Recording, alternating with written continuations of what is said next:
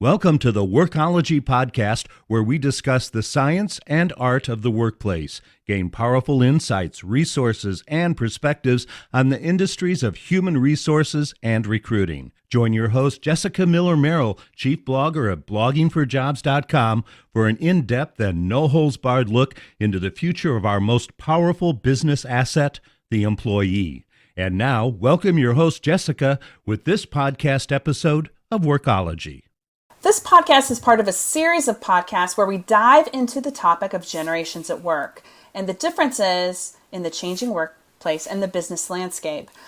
I have opinions about generations and generalizations in the workplace when it comes to boomers, Gen Y, our Xers, the silent generation, and now most recently Gen Z. However, I'm going to hold off on those because part of this series, we're going to talk to 5 different professionals at different places within the generations and just kind of discuss some of topics and interest and information. Today, we're going to be talking about the cost of a college education. It is soaring. In total, the class of 2015, they owe about $26 billion in debt. A blend of both federal and private loans, which has increased in 5-fold since the 1990s. I have just recently paid off the last of my student loans, and I am 38 years old, graduated 15 years ago. So I finally have went over that hurdle, but our future generations potentially will be paying down and paying off that debt for even years to come. I've started to notice a little bit of a trend in Silicon Valley and beyond for talented professionals to forgo college in favor of entering into the business and entrepreneurial world. And that's why today I wanted to talk to Jackson Fall, who is a talented UX designer and entrepreneur. Jackson is one of the growing number of millennials who is sidestepping the traditional post-high school education. Jackson, welcome to the Workology podcast. Jessica, thanks so much for having me. I'm excited to be here. Awesome. Well, today we're talking about why millennials are saying no to college education. But first, let's talk a little bit about your background and how you got your path to here.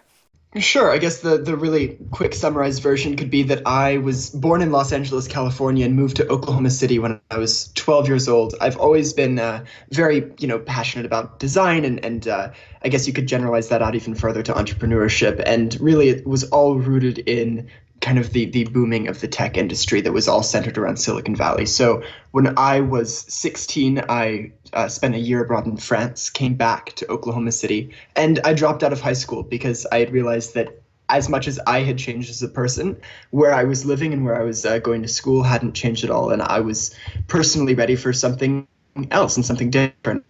Always been somewhat of a goal for myself, and it had been calling to me, I feel like, and I had built up quite a large network of friends out there and people who were doing exactly what I wanted to be doing, and I knew that eventually I would be able to go out there. And so when I dropped out of high school, I bought a one-way ticket out to San Francisco, and I lived there for 2.5 years. I just recently came back to Oklahoma City. Now I'm doing freelance graphic and web design. I do iOS apps. I have a startup studio with a good friend of mine in Winnipeg, Manitoba, Canada, that I also host a podcast with, and we make apps and talk once a week, and it's pretty great. There's my summary. That's a big one, and I mean a lot of different things that you've done and dabbled in. So how exciting! Well, let's talk about what I talked about at the beginning of the podcast. We talked about college education, and you said you dropped out of school at 16. I believe that a college education is very expensive, and statistics don't lie, unless you are taking a very specific path like STEM or being a teacher or nursing. It doesn't necessarily make sense. I have a liberal arts degree and then an MBA. What are your thoughts on going to college? Is it worth it, or what are you seeing from your peers?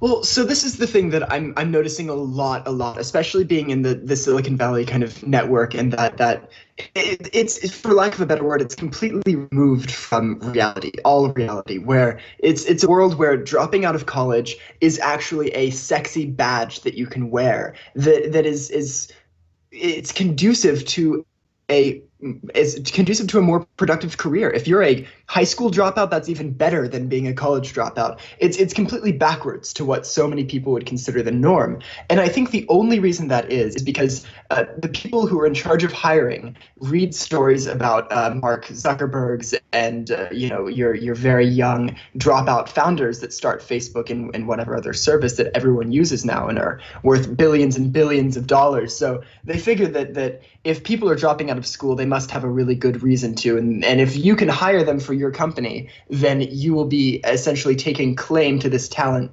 before they create the next Facebook. And hopefully if you can have them create the next Facebook while they're working at your company, you'll own some intellectual property rights to that. But the fact of the matter is that if you are the next Mark Zuckerberg, you're not going to be working at any of these companies anyway. So to walk around with a badge of I'm a dropout, so that's going to get me great jobs, is really going to be a very short-lived fad. I can already tell. Now, the idea of going to college because you really need that education. If you're going to be a lawyer or a doctor or anything that requires theoretical knowledge, then college is still the only real viable pathway to get those jobs. There's just nothing as an alternative to it right now. But if you need something that requires more tactical knowledge rather than theoretical knowledge, like if you're going into technology or if you want to be an entrepreneur, you can't really teach those things. They're just some things that you have to learn by doing. And those are the use cases that I would give to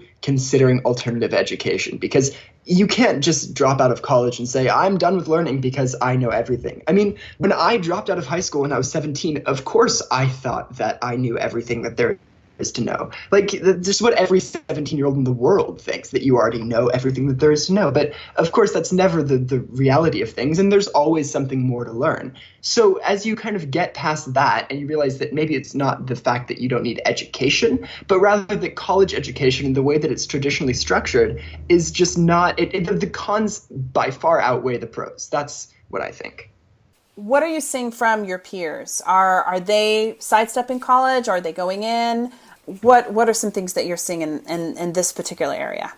I have friends at Stanford University who are completing their degrees, who are some of the most brilliant people that I've ever had the absolute pleasure of meeting. Seriously, my friends at Stanford are really by far and away some of the smartest people I know. But I also know people who, dropped out of MIT and Carnegie Mellon, and people who've dropped out of Harvard, and people who go to these great, really phenomenal schools that have had, hundreds of years of reputation of producing the best quality people for the workforce, and they're dropping out simply because they're getting in, and after maybe 1 or maybe 2 years, they're just realizing that it isn't for them. So I'm very fortunate to have an incredible network of friends in San Francisco and in Silicon Valley that are all coming from completely different backgrounds. But I would be lying if I said that the majority trend is not dropping out of college. So you said earlier, you can't drop out of college and say, I'm done learning. I know everything. So how do you learn? Where do you go to learn and gain that extra knowledge, especially since you're not learning in a traditional college environment?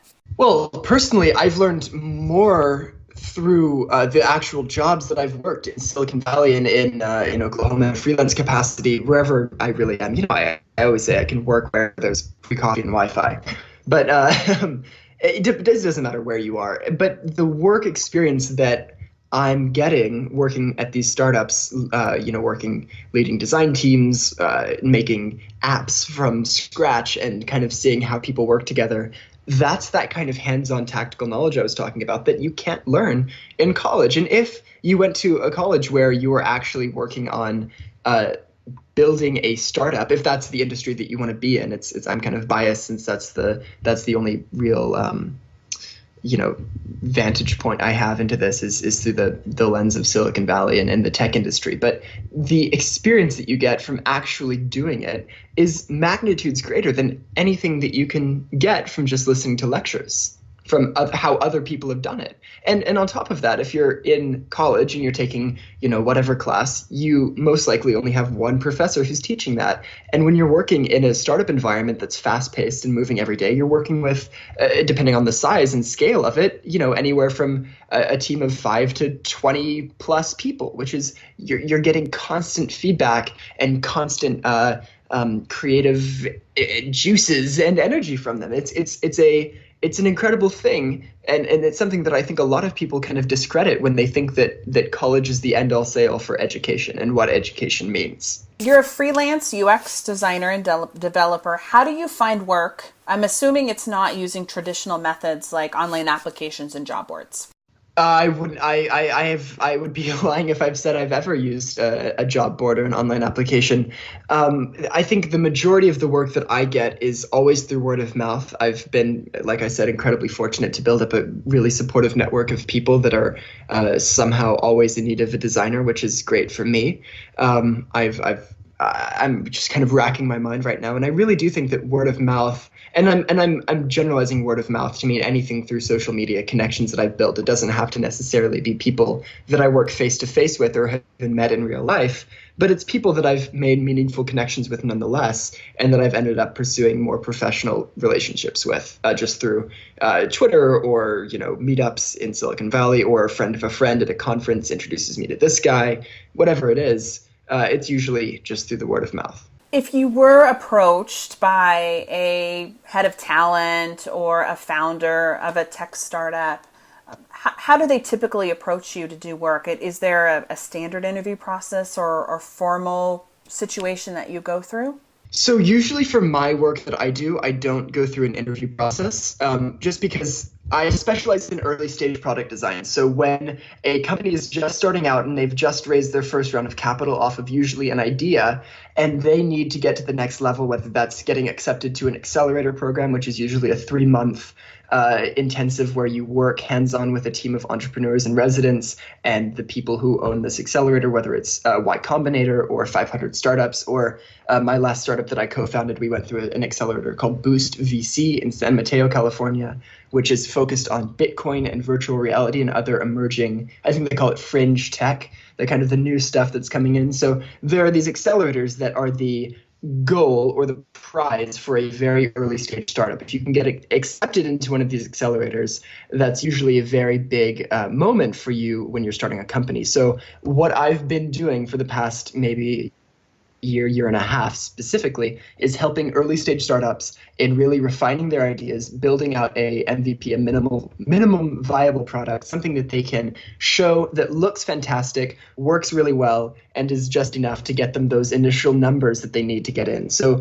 usually it's a 3-month contract or something like that I can sit down, work with the team, and after that move on to whatever is next. And that's what I really enjoy. Is I like not having to have any ties, whether that's in equity, stock options in a company, or if it's my own company. I like being able to work with a lot of really fascinating people, hear everyone's ideas, working with different founders from completely different backgrounds on a number of different projects across multiple industries. To me, nothing else is more exciting than that.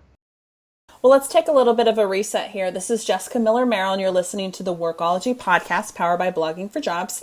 Today's topic is part of our 5 Generations Workforce podcast series. Today we're talking about millennials and the trend of foregoing college with my friend Jackson Fall. You can connect with Jackson on Twitter at Jackson Fall. Oh, so let's get back to it. There is a article that we'll link to here in the transcript of the podcast from 2015 from California Sunday, where you say, first impressions matter here, Silicon Valley especially. That day you run into a $1 million funding deal. What do you think makes for the best and most unique first impression?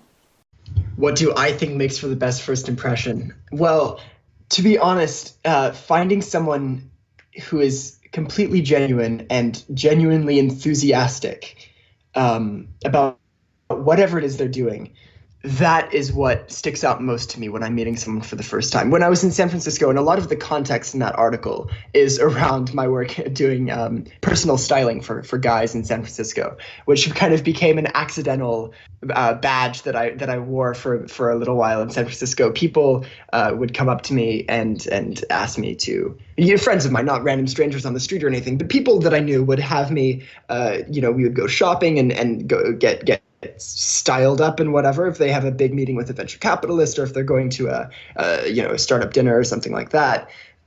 So my thesis at the time was just, anything you can do to really draw, to how do I say this? Anything that you can do to differentiate yourself from the crowd is a bonus for you, because in San Francisco right now, there are thousands, tens of thousands of people who are 20 years old, incredibly talented, incredibly ambitious, and living on next to nothing, struggling to eat, and living in a studio apartment with 7 other dudes. So there's this huge, huge gap and division between the people who are very successful, who are also 20 years old, incredibly talented, hugely ambitious, and living in the really, really nice houses and getting by fairly well. And whatever you can do to differentiate yourself from that is a huge plus, I think. So I was saying that if you can make a very good first impression by dressing your best, that was one way to set yourself apart. And so I've always tried to dress very well. It's been something that I've just been doing for the past 3 or 4 years, and it's just become second nature to me. And a lot of people were, I think, picking up on that, because you have this traditional, very, you see Mark Zuckerberg style in San Francisco, the hoodie and the shorts and the flip flops, and the kind of the lack of care in how people present themselves, just because to them, the only thing that matters in the world is the next update that you're pushing to your code base. And when in reality, there's so many other dynamics that are in play in any kind of interaction situation. The reason that I bring up the quote and wanted to talk about this is I think that there are a lot of generalizations that they just assume that every millennial that's out there is a flip-flop wearing hoodie. And I'm in a hoodie right now. So I am not a millennial, and yet I'm dressing those as like I am one. But they will make the assumption that all millennials are just this way. So I think it's important for us to remember and be reminded that not everyone fits into this pretty little box that we like to sort of, sit up on our desk and say, oh, here's all the millennials. They're all in flip-flops and yoga pants. Well, I think it's incredibly easy to do that, and it's part of our own human nature, I think, to categorize and group things for our own easy consumption. Because if we don't do that, to kind of group everyone into these stereotypes is very beneficial for a lot of reasons, but it can come back and be negative in terms of perception when you put a negative shade on things. So to say that all millennials are, hoodies and flip-flops, it's mostly true. Like, I'm not gonna lie, that is how most people my age do present themselves. And there's nothing wrong with that, though. I think there's a big communication issue right now going on between generations, where if I'm having a conversation with someone my age, it becomes very clear very quickly that we all want more or less the same things in life. Some of us just have different means to an end. Whereas generations before my own, I think that there was more of a sense of fending for yourself and kind of doing whatever it takes. And the reason that I think that there's more of a sense of community brought on in younger people is just purely because of the freedom of traveling information around through the internet and social media. There's so much so much resistance that's been dropped in terms of communication in the past 10 years, that it makes it incredibly easy for anyone to share their ideas and speak their minds without the sense of having to stand up on your soapbox and scream at the town square. There's an instant platform for anyone to be able to voice their opinions, and I think that a lot of older people, for lack of a better word, are taking that to be a very negative thing, when in reality it's just something that we all always have wanted, but younger people have just become more accustomed to this being available to them as a channel, as a platform, as whatever they make it, if that makes sense. Yeah, no. So this podcast is for HR and recruiting professionals. What advice do you have for them if they're looking to court or engage job candidates like you who don't have a traditional college or a background? Yeah, I think, this is really great that we're talking about this today. I actually just had lunch yesterday with a really great friend of mine, Andrea McMillan. She's a real estate agent here in Oklahoma City, actually, and she without going super into detail, she was a teacher for a really, really long time. And she kind of dropped everything when she turned 40 and became a real estate agent. And she wanted to, get lunch with me. And she said, I have a bunch of millennials who are buying houses right now. They're 25 to 30 and they're buying these houses, but everyone who I talk to, I just can't seem to get anything across to them. They'll show up at an open house and they'll just kind of look around and not really ask any questions. And I just don't know how to get across to them anything. And I said, you're looking at a communication issue, really. You need to keep in mind that a lot of these young people really don't know what they're doing, but they have an image in their mind of what they want and where they want to be, but they just don't have the experience in actually conveying those thoughts. So to really tackle this communication issue, I think there needs to be a lot of honesty on both sides of look, this is where I'm coming from and this is where you're coming from, and we're really all the same kind of people and we all want the same things, but here, let's try to, almost translate this into our own terms that we can make sense for each other. So where a lot of people have been used to coming from, like you said, job boards and online postings and Craigslist ads, and before that, I guess, in the newspaper, you would find job listings. And really just to accept that the ways of which we engage with each other and the ways that we find work and the ways that we do work have fundamentally changed, and there's no way that any of that is going back. And you just have to either accept that it has changed, not that it is changing, but it has changed, and acclimate and dive into it, or step back. But if you step back from it and you, because I see so much resistance. I feel like I see a lot of resistance from a lot of people and trepidation in kind of jumping into this quote unquote new media that we've been in the middle of for the past 15 years. So really just embracing that this is good change, like all change is good, and working with each other instead of kind of against each other is really, I think, the best thing that we could do for ourselves. Good answer. Good answer. There is a communication issue right now, and that it's completely perceptual and something that is silly and that we can all kind of move through. Because there's totally a lot of millennial bashing, and I can cop out of it and say that, oh, I'm Gen Z or whatever. But there's a lot of negative vibes right now, I think, towards people my age, and I think it's kind of silly is all. One of the things that we've been talking about before we went online with the podcast is generalizations about millennials. Are there any specifically that you care to address to the podcast audience that you feel like are really important, or something that you're just tired of hearing over and over again? I'm sick and tired of it. Yeah. No, so the one thing that I really, really see a lot is I can't put words in anyone's mouths, but this is really the overarching the vibe that I get. I think that's the second time I've said vibe today. But just if you didn't think that I was actually 20 years old, I say the word vibe a lot, so you know that I'm really 20. It's that millennials will not respect authority, and they will do what they want rather than what they're told, and kind of this just real disregard for authority. And it's pretty true, but it's not a self-entitled kind of asshole perspective. It's if you think that you can do something better, you want to try all of your options, because there's a very good chance that what you have been doing for the past 10, 20, 30, 40 years is maybe fine, but that never means that that's the end-all say-all best option. And this could go for anything. This could go for hiring or actual business practices, or how you do something internally, or how you present your company to the public. If you're B2B, or if you're working with users and actual people, how you talk and interact with these users on a day-to-day basis, or if you're dealing with B2C, business to client. If you're working with B2B, if you're working with other businesses, how you can present an image for yourself, really.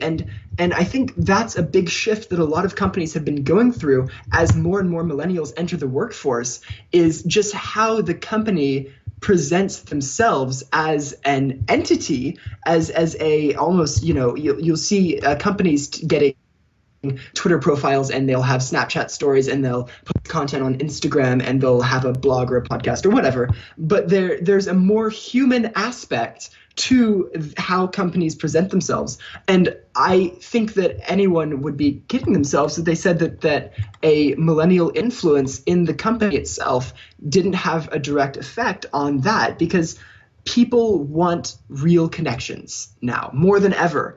And it's the complete opposite of what a lot of people have been saying about the internet being, the end of human interaction, and there's no more real connection anymore. And yeah, sure, you still can't have anything as meaningful as a face-to-face conversation. But when I'm talking to a company on Twitter, I feel more engaged with that company, and I want to do business with them more. And I think that that's a very millennial perspective, that there's a lot of value to get from that. And to say that millennials just come in and they can't really function in a quote unquote normal workplace, I think that's somewhat false and a very a short-sighted perspective. I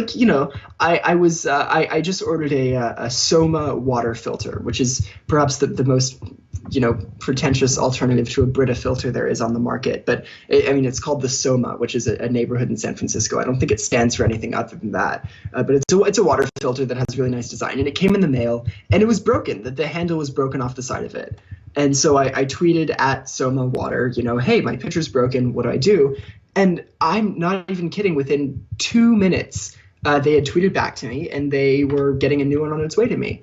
And it's that kind of feeling that you're interacting with a real person rather than a business that is that's one of the biggest shifts in how we interact and do business in 2016. And I think it's huge. I think that's a great example. And one of the things in human resources and recruiting we're really going for is the candidate experience.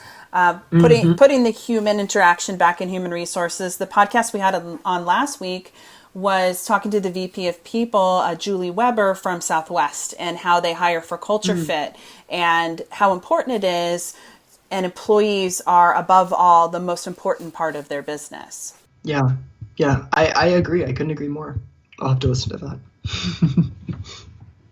Well, ever since I've known you, you've always been dreaming, building, and then just working on something new. What are you working on these days? Well, I guess I kind of went over this. Let me do a quick mental recap before I dive into this. So, most recently, I started a podcast where I give it's an hour-long weekly podcast with my good friend Stefan, who I've started companies with in the past. We've started a Bitcoin investing startup. And we've done a couple of side projects on the side. He's a very talented iOS developer. I'm a designer. We kind of bring a young person's perspective to not only technology, but also just the general state of culture. We talk to other fascinating young people who are doing really, really cool things. Just yesterday, we had an award-winning filmmaker that is releasing a short film that she made with her production company that she started. So just finding really, really interesting people in the world and sitting down with them for an hour and having great conversations with them. I'm going to give it a little shameless plug. You can find it on soundcloud.com.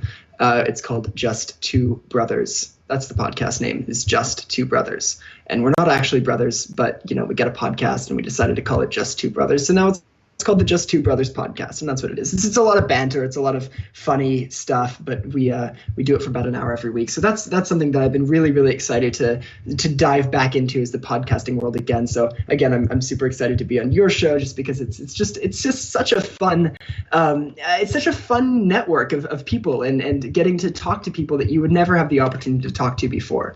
So aside from that, I've been doing freelance design. I'm working on a contract with a podcast network right now. You can find that at Ricochet.com. If you subscribe to the more conservative political side of things, then you'll be very at home there. So for me, working for a conservative podcast network is very out of my comfort zone, I would say, as an avid Bernie fan in true millennial fashion. I've been enjoying working with them. It's been really, really great. I'm just contracting with some other startups out in San Francisco and Los Angeles, and I've really just been having a lot of fun, because to me that's more important than doing a lot of work or making a lot of money or whatever it is. It's just having a lot of fun, and that's what I've really been focusing on for the past year. Awesome. Well, where can they go to learn more about you and connect with you as well? I would love it if every single person listening to this podcast would go to twitter.com/JacksonFall and hit the talk to Jackson button or whatever it says and send me a message, because I love talking to people and I love having conversations with people. And, I want to hear what people have to say about a millennial saying things like this, that, acting like he actually knows what he's talking about. So please, you can find me on Twitter at twitter.com/JacksonFall. I'm also on Snapchat because, what millennial isn't on Snapchat? I'm Jackson Fall there too. I'm pretty much Jackson Fall everywhere you can find me on the internet. And my podcast is on SoundCloud, Just Two Brothers. Yeah, we'll link to the podcast, and then also link to your LinkedIn. God forbid if my LinkedIn, of course. They might connect with Jackson you there. Fall on LinkedIn. Connect with me there. Yeah. I just crossed 500 plus connections, so now you can't tell how many people I'm actually connected with. A substantial achievement. The golden goose of 500 plus connections. Well, thank you, Jackson, for joining us today. It was a lot of fun. And thank you, listener, for joining the Workology podcast hosted by me, Jessica Miller Merrill, where we discuss the science and art of the workplace, HR, and recruitment. Until next time, you can visit Blogging for Jobs to listen to all our previous episodes of the Workology podcast and a transcript with resources and links to this Jackson Fall Millennials in the Workplace podcast. Yo, production services for the Workology podcast with Jessica Miller Merrill, provided by TotalPicture.com.